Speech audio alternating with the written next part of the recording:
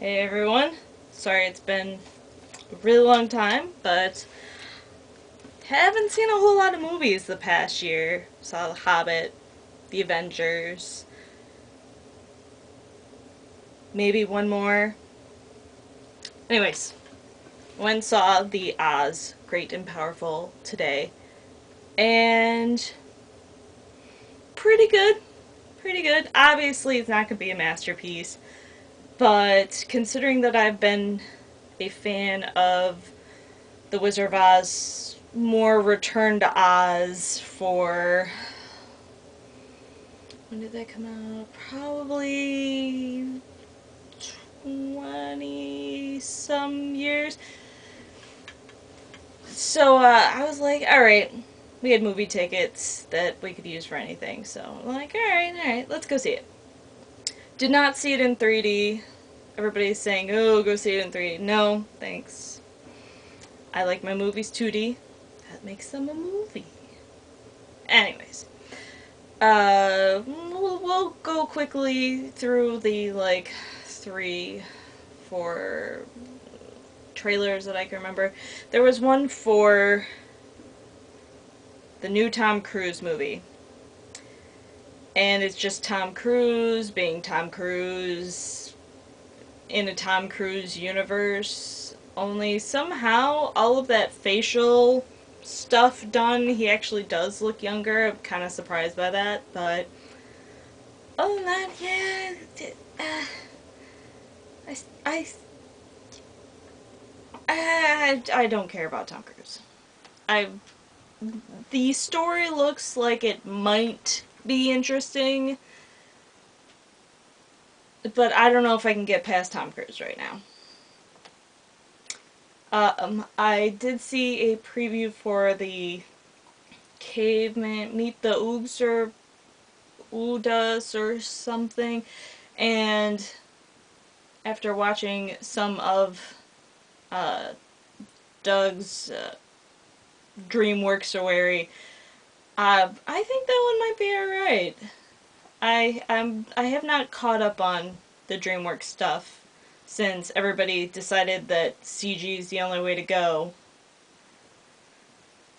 So, but that aside, it actually looks like it might be a decent movie for me, my type. Uh, what was? Oh, Iron Man 3. I did get to see more going on, but I'm already going to go see that May 3rd. Oh gosh. I know there was at least one or two others, but can I remember? Um, Nothing caught my fancy, but I was kind of surprised that there were so few previews. Maybe because it's during the day. I don't know. Uh, we. Oh well, it was we had a small audience. They actually was clapping though. I was kind of surprised by that. The movie starts off gorgeous opening credits. Very, it definitely put you in the right frame of mind to take you back to this place where the original uh, series story, the time frame of that, though 1905. I think I missed something on that boat. Unless, well, they might have. I'll get to that in a second. Alright, so, opening credits. Lovely. Lovely. The For the opening act, which of course sets the tone as well as giving us that old opening feel of the original movie. And it did a pretty good job. There were a couple of times where I felt like either the words or expressions were more modern, but I think that's kind of to be expected at this point, unless you're going strictly period piece. The main body, it was a little slow at times, but overall, you know, it had a good flow, very memorable characters, and I saw what you did there, movie, with the sidekick. I saw what you did there. The music, Danny Elfman. I mean, you can't go wrong with that. You really can't. And most of the time, I didn't even really notice. Like, there were sometimes I'm like, oh, there's Danny Elfman music. What I did notice, though, is I did not know this was directed by Sam Raimi before going into this. I was so happy. So there were times when I was like, oh, Sam Raimi, you just had to throw that in there, didn't you? Not that I'm complaining, I always loved picking those out. The main plot overall was, you know, simple but effective, and for something like this, I feel like it was actually a pretty good prequel. Because I was not sure at all where this was going to go. I was like, I don't know, what are you doing to me? Because, like I said, I've been a fan for so long. I just was not sure. And then slowly the pieces started to fall into place. I have two gripes that might be worth talking about, and one gripe that's sort of personal. But overall, I'd give it a B plus, A minus. You know, pretty good. So now we'll get into spoiler territory. So there you go. For those of you that, you know, want to see it and just need that. Like I said, the opening was really good. I actually was really. I mean, I shouldn't be impressed by credits, but somebody took the time to really get the feel, the archways, and the way that the people were drawn in it. It was just very reminiscent of the time period.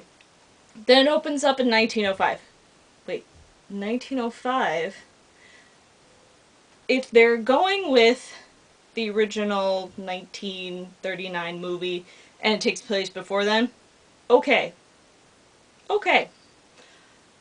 The book takes place in 1899, 1900. So you can see where I was a little lost, but thinking that the movie came out a lot later, that might be the reason why they decided to set it in 1905. Uh, the Franco, he was, I think, a very good pick for the role, because he's a good actor, but he sort of brings that egotistical quite well, I think. His little assistant helper guy, who I'm sorry, I only know as the Scrubs guy.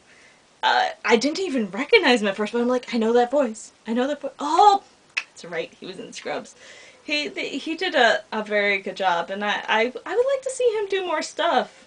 I think that part, it worked for him, though I'd like to see him try and do something out of the box for him. I'd like to get to the female leads, and I'm sorry if I don't remember the name or get the name wrong. The person that played Glinda, because I'm sorry, I don't think I've ever seen her before, but she was a darling. I I think that they did a pretty good job with her. I especially liked her costuming. They didn't go over the top. I'm so used to Glinda being over the top. And of course they had to have bubbles. At least they had a good use, an actual use for the bubbles. So yeah, I really liked her, and I really liked Rachel Weisz. Though she's the only British accent of the bunch, and that was kind of noticeable to me. But other than that, I loved her. I thought she was fantastic. I was like, oh yay, you're so fun being evil, and she was like the right amount of evil, which in contrast to where uh, Mila Kunis was. It worked very well for her, and Mila absolutely endearing in the beginning. When she goes through the transformation, it fell apart for me. I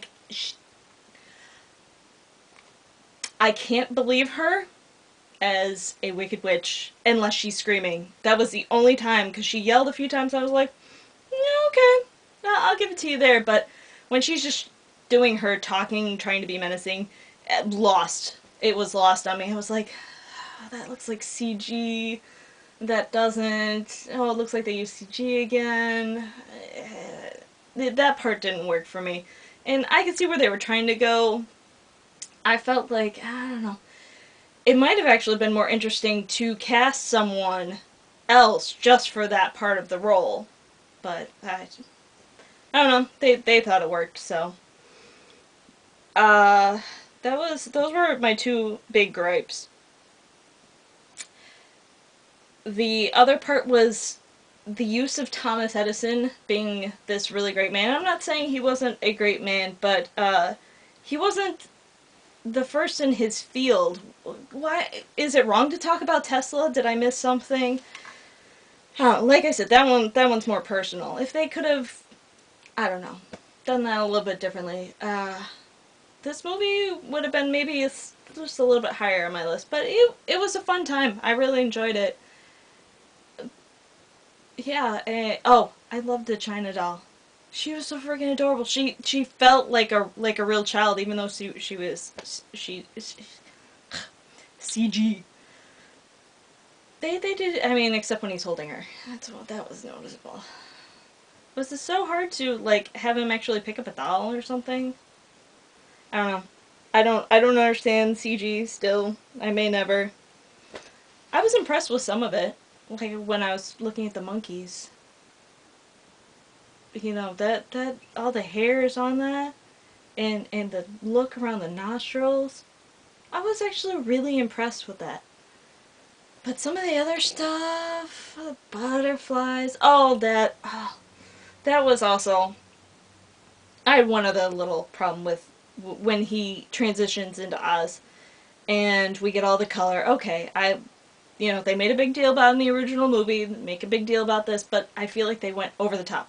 We've got these huge flowers opening, and we got their bells when they're moving, and other ones sound like flutes. And I was like, alright, well then, okay. And then this trope of butterflies, butterflies, butterflies. I love butterflies, but it was almost too much visually. I'm like, scale it back a little bit. We know, okay? Okay.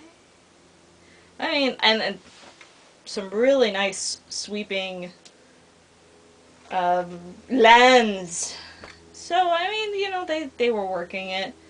And you really got a sense that the place was a lot bigger than what it was in the original movie. I liked what they did with their tornado too. It was kind of neat. There's a part where everything just sort of stops, and CG would hit the balloon. I don't know how it was kind of. It was at least funny looking. But there's this part where everything just sort of stops and is floating. So you're like, oh, he's in the eye of the storm. It's calm. How cool is this? And then this weird, it's not quite a pipe organ. Is it Penelope? Something like that. Anyways, organ of some sort comes floating by and you can hear it playing. I'm like, oh, that's super creepy. I kind of like that. I think that might have been a touch of Sam Raimi again. Maybe just a little. So, yeah. That's how I feel about that, and I do actually hope that people go out and see this movie, cause Oz, solid. Alright, guys have a good day, and I may be back next month with the new Evil Dead movie. Have a good night.